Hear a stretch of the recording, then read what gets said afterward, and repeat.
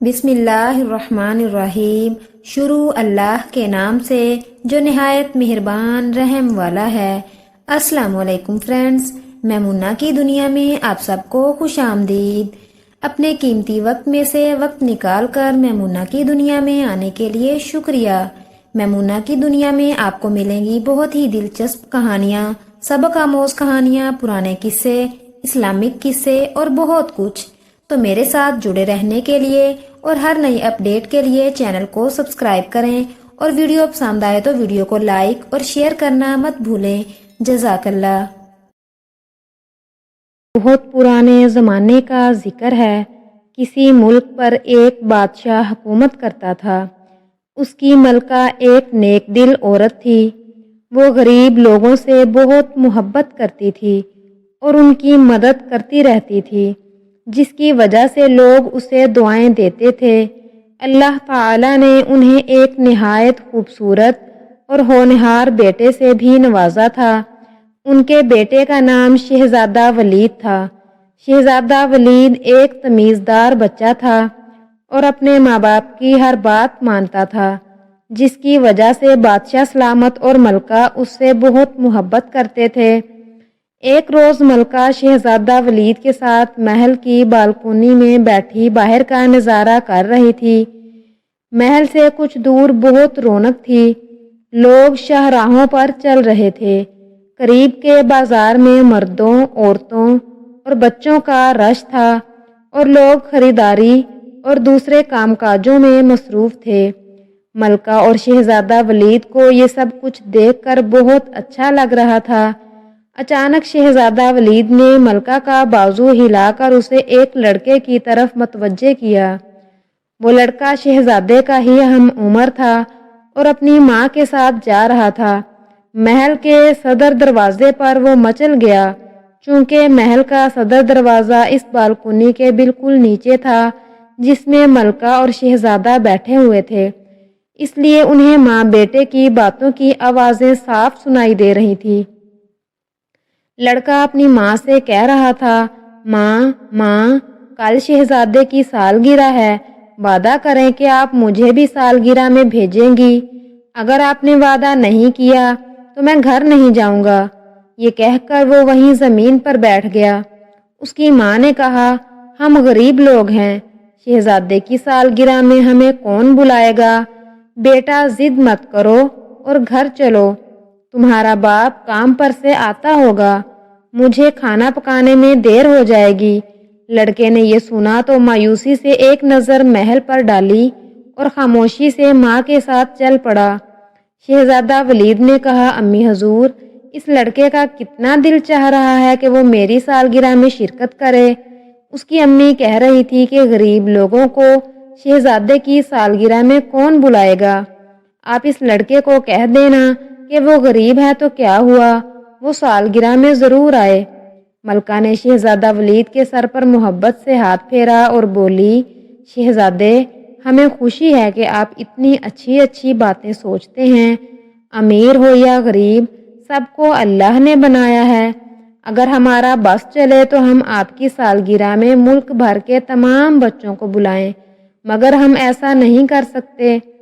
یہ کہہ کر ملکہ نے ایک غلام کو اشارہ کیا اور اس سے بولی، تم جلدی سے اس عورت اور لڑکے کے پیچھے جاؤ اور خاموشی سے پتہ کر کے آؤ کہ وہ لوگ کہاں رہتے ہیں۔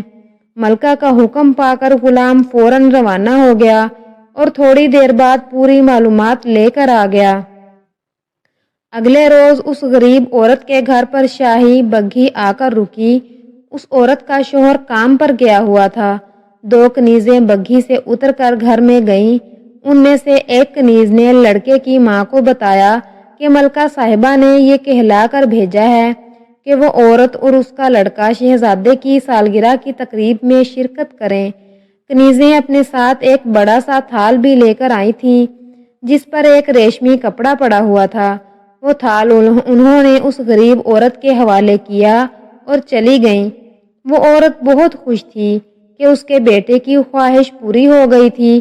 اس نے بیٹے کو بھی اس بارے میں بتایا تو وہ بہت خوش ہوا۔ تھال میں اس عورت کے بیٹے کے لیے زرق برق پوشاک تھی، سنہری شیروانی اور چاندی کے رنگ کا ریشمی پاجامہ، ساتھ میں کامدار ٹوپی اور جوتے بھی تھے۔ اس کے علاوہ مخمل کے کپڑے کی ایک تھیلی بھی تھی جس میں اشرفیاں تھیں۔ وہ عورت ملکہ کو دعائیں دینے لگی۔ وہ سمجھ گئی تھی کہ کل شام ملکہ نے ان دونوں کی باتیں سن لی تھیں۔ اس کے بیٹے نے سب چیزیں دیکھ کر کہا، ہماری ملکہ صاحبہ کتنی اچھی ہیں، وہ ہمارا کتنا خیال رکھتی ہیں۔ ابا کام پر سے آئیں گے اور ان چیزوں کو دیکھیں گے تو وہ بھی خوش ہوں گے۔ اس کی ماں نے کہا، ملکہ صاحبہ نے ہم غریبوں پر واقعی بہت مہربانی کی ہے۔ لڑکے نے کہا، میں شہزادے کو تحفے میں دینے کے لیے کیا چیز لے جاؤں گا؟ وہ چیز ایسی ہونی چاہیے کہ سب اسے دیکھتے رہ جائیں۔ اب تو ہمارے پاس اشرفیاں بھی آ گئی ہیں، ہم بازار سے جا کر کچھ لے آئیں۔ میرے خیال میں تو ہم سرکنڈوں کی گاڑی خرید لیں۔ اسے دیکھ کر شہزادے کو بہت خوشی ہوگی اور وہ اسے اپنے محل میں مزے سے چلاتا پھرے گا۔ ہش، سرکنڈوں کی گاڑی بھی کوئی تحفے میں دینے والی چیز ہے، سب لوگ مذاق اڑائیں گے۔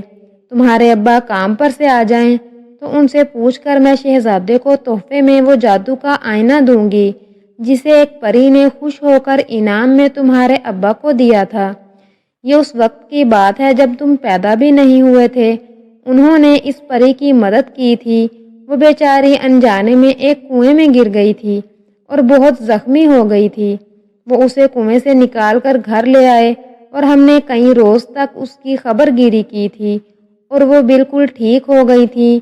اس آئینے کی خاص بات یہ ہے کہ اس کو دیکھ کر دل میں کسی بھی شخص کا نام لیا جائے تو وہ دنیا میں کہیں بھی ہو، اس آئینے میں نظر آنے لگے گا۔ پرستان میں ایسی بہت سی عجیب و غریب چیزیں ہوتی ہیں، لیکن ماں، شہزادہ اس آئینے کا کیا کرے گا؟ اس کے لیے تو ہمیں کوئی کھلونا لینا چاہیے، لڑکے نے کہا۔ اس سے اچھا اور کون سا کھلونا ہوگا؟ ارے جب شہزادہ باغ میں کھیل رہا ہوگا اور بادشاہ سلامت دربار میں اور ملکہ صاحبہ اندر محل میں ہوں گی تو وہ اس آئینے میں انہیں دیکھ سکے گا۔ بچوں کے لیے تو یہ بہت ہی حیرت انگیز چیز ہے، ایسا آئینہ جس میں بجائے خود کی شکل نظر آئے، اس کے بجائے دور بیٹھے لوگ دکھائی دیتے ہیں۔ شہزادہ اس آئینے میں اپنے ان رشتہ داروں کو بھی دیکھ سکے گا جو دوسرے ملکوں میں رہتے ہیں۔ اس کی بات سن کر لڑکا مطمئن ہو گیا۔ جب اس عورت کا شوہر شام کو گھر آیا تو اس کی بیوی نے اسے پوری کہانی سنائی۔ اشرفیوں کی تھیلی اور اپنے بیٹے کے کپڑے دیکھ کر وہ بہت خوش ہوا اور بولا، ٹھیک ہے، شہزادے کی سالگرہ میں دینے کے لیے وہ جادو کا آئینہ بہت اچھا تحفہ ہے۔ اگلے روز وہ عورت اپنے بیٹے کے ساتھ شہزادے کی سالگرہ میں شرکت کے لیے محل پہنچی۔ سالگرہ کا انتظام محل کے وسیع و عریض پائے باغ میں کیا گیا تھا۔ مخملی غلافوں میں لپٹی کرسیوں پر مہمان بیٹھے ہوئے تھے۔ چونکہ اس عورت اور اس لڑکے کو ملکہ نے خاص طور سے مدعو کیا تھا، اس لیے ایک کنیز نے ماں بیٹے کو بڑی عزت سے کرسیوں پر بٹھایا۔ لڑکے کی ماں نے وہاں ایک عجب منظر دیکھا۔ ہر طرف افراتفری اور ہنگامہ برپا تھا۔ غلام اور کنیزیں ادھر ادھر بھاگتے پھر رہے تھے، سب کے چہروں پر ہوائیاں اڑ رہی تھیں۔ شاہی سپاہی بھی محل میں ادھر ادھر کچھ دیکھتے پھر رہے تھے۔ سالگرہ میں شرکت کے لیے آئے ہوئے مہمان بھی پریشان نظر آتے تھے۔ اس منظر کو دیکھ کر اس عورت نے کنیز سے اس بارے میں دریافت کیا۔ سالگرہ کی تقریب کا وقت سر پر ہے، مگر شہزادے صاحب جانے کہاں چلے گئے ہیں، مل ہی نہیں رہے، یہ سب لوگ انہیں ڈھونڈتے پھر رہے ہیں۔ اس کنیز نے جلدی سے بتایا اور خود بھی شہزادے کو تلاش کرنے کے لیے چلی گئی۔ بادشاہ سلامت بھی وہاں موجود تھے۔ کافی تلاش کے باوجود بھی جب شہزادہ نہ ملا تو انہوں نے شاہی داروغہ کو طلب کیا اور بولے، داروغہ، ملک کا چپا چپا چھان مارو اور رات ہونے تک ہمارے شہزادے کو ڈھونڈ کر ہمارے پاس لاؤ۔ داروغہ سر کھجاتے ہوئے بادشاہ سلامت کو دیکھنے لگا۔ اسے تو علم ہی نہیں تھا کہ شہزادہ کہاں چلا گیا تھا۔ اتنے کم وقت میں وہ اسے کیسے ڈھونڈتا؟ اس کے اس طرح دیکھنے سے بادشاہ سلامت سمجھ گئے کہ وہ یہ کام نہیں کر سکے گا۔ وہ پریشانی کے عالم میں ٹہلتے ٹہلتے کچھ سوچنے لگے۔ شہزادے کی گمشدگی سے ملکہ کا غم کے مارے برا حال تھا۔ اس کے آنسو تھمنے کا نام ہی نہیں لے رہے تھے۔ اچانک اس عورت کو کچھ خیال آیا۔ اس نے اپنی جگہ بیٹھے بیٹھے جادو کا آئینہ نکال کر ایک نظر اس پر ڈالی اور پھر ملکہ کے پاس آ کر بولی، ملکہ صاحبہ آپ فکر نہ کریں، مجھے پتہ چل گیا ہے کہ شہزادے صاحب کہاں ہیں۔ آپ بادشاہ سلامت کو لے کر میرے ساتھ اکیلے میں آئیں، پھر میں آپ کو بھی دکھا دوں گی۔ سب کے سامنے اس بات کا تذکرہ مناسب نہ ہوگا۔ اس غریب عورت کی بات سن کر ملکہ خوش ہو گئی۔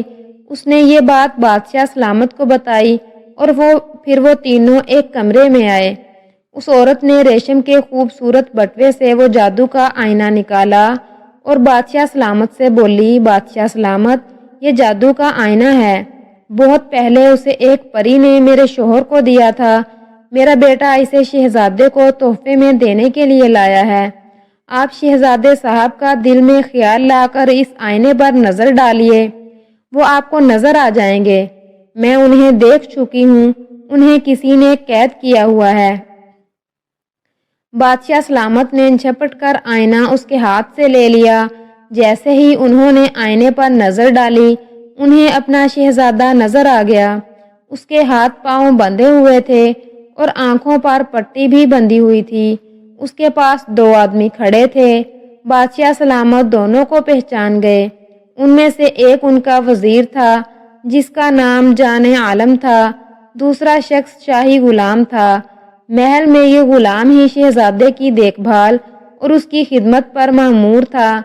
بادشاہ سلامت جان عالم وزیر پر بہت اعتماد کرتے تھے، مگر پچھلے دنوں انہوں نے ایک دوسرے وزیر کو ترقی دے کر اپنا وزیر خاص بنا لیا تھا۔ جان عالم اس بات سے جل گیا تھا کیونکہ اسے امید تھی کہ وزیر خاص اسے بنایا جائے گا۔ اس کی یہ امید پوری نہ ہوئی تو اس نے بادشاہ سے بدلہ لینے کے لیے شاہی غلام کی مدد سے شہزادے کو محل سے اغوا کر کے قید کر لیا تھا۔ ملکہ اپنے شہزادے کو اس حال میں دیکھ کر صدمے سے نڈھال ہو گئی، مگر بادشاہ سلامت سخت غصے میں آ گئے۔ انہوں نے اسی وقت باہر نکل کر داروغہ کو حکم دیا کہ اس نمک حرام وزیر اور غلام کو فوراً گرفتار کر کے ان کے سامنے پیش کیا جائے۔ بادشاہ سلامت کا حکم سنتے ہی داروغہ بہت سے سپاہیوں کے ساتھ فوراً وزیر کے گھر کی جانب دوڑا، مگر وزیر وہاں نہیں تھا کیونکہ اس کے گھر کے دروازے پر تالا لگا ہوا تھا۔ داروغہ سمجھ گیا کہ وہ اس وقت وہاں ہوگا جہاں اس نے شہزادے کو چھپا رکھا ہے۔ وہ سپاہیوں کے ساتھ چھپ کر اس کی آمد کا انتظار کرنے لگا۔ زیادہ دیر نہیں گزری تھی کہ ایک گھڑ سوار وہاں آ کر رکا۔ وہ وزیر جان عالم ہی تھا۔ جیسے ہی وہ گھوڑے سے اترا، اسے سپاہیوں نے گرفتار کر لیا۔ داروغہ نے اپنی تلوار نکال کر اس کے سینے پر رکھ دی اور آنکھیں نکال کر نہایت غصے سے دھاڑ کر بولا، نمک حرام، جلد بتا شہزادے صاحب کو تو نے کہاں قید کیا ہوا ہے؟ وزیر عالم نے داروغہ کو اتنے غصے میں دیکھا تو مارے ڈر کے تھر تھر کانپنے لگا۔ اس نے بتایا کہ شہزادے کو گھنے جنگلوں میں ایک جھونپڑی میں قید کیا گیا ہے۔ جلد ہی وہ سب لوگ جنگل میں پہنچ گئے۔ جنگل میں ہر طرف اندھیرا اور سناٹا تھا۔ جس جھونپڑی میں شہزادے کو رکھا گیا تھا اس میں ایک چراغ جل رہا تھا اور انہیں شہزادے کی سسکیاں سنائی دے رہی تھی۔ اس کی آنکھوں پر پٹی تھی اور ہاتھ پاؤں بھی بندھے ہوئے تھے۔ داروغہ نے جلدی سے اسے آزاد کیا اور اسے تسلی دی۔ وہاں پر شہزادے کی نگرانی کرنے والے غلام کو بھی سپاہیوں نے گرفتار کر لیا۔ سزا کے خوف سے غلام رونے لگا تھا۔ اس نے روتے ہوئے بتایا کہ یہ منصوبہ جان عالم وزیر نے بنایا تھا اور اسے محل سے شہزادے کو اغوا کرنے کے لیے بہت ساری اشرفیاں دی تھیں۔ غلام نے یہ بھی بتایا کہ وزیر کو اس بات کا بہت دکھ تھا کہ بادشاہ سلامت نے اس کی بجائے کسی اور کو اپنا وزیر خاص بنا لیا ہے۔ شہزادے کو قید کر کے وہ بادشاہ سے انتقام لینا چاہتا تھا۔ ان دونوں مجرموں کو سپاہیوں نے زنجیروں میں جکڑ دیا اور قید خانے میں بند کرنے کے لیے اپنے ساتھ لے گئے۔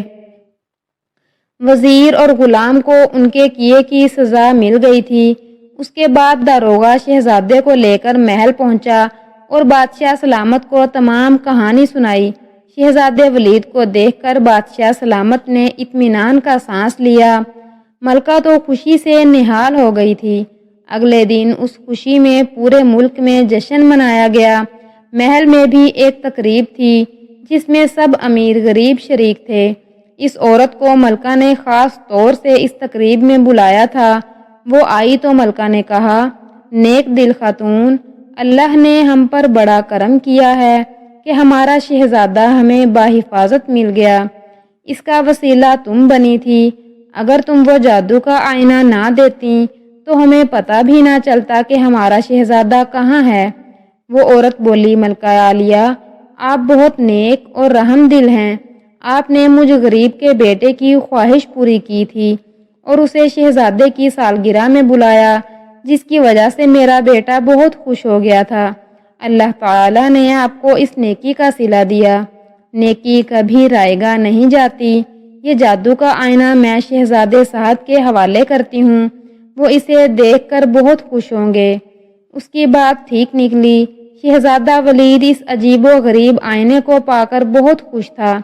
وہ اپنے دل میں جس شخص کے متعلق بھی سوچتا وہ اسے آئینے میں نظر آنے لگتا۔ وہ اس آئینے کو ہر وقت اپنے پاس رکھتا تھا۔ شہزادے کے مل جانے سے بادشاہ سلامت بھی بہت خوش تھے۔ انہوں نے اس عورت کو بہت سا انعام و اکرام دیا، جس سے ان کے دن پھر گئے اور وہ اپنے شوہر اور بیٹے کے ساتھ ہنسی خوشی زندگی گزارنے لگی۔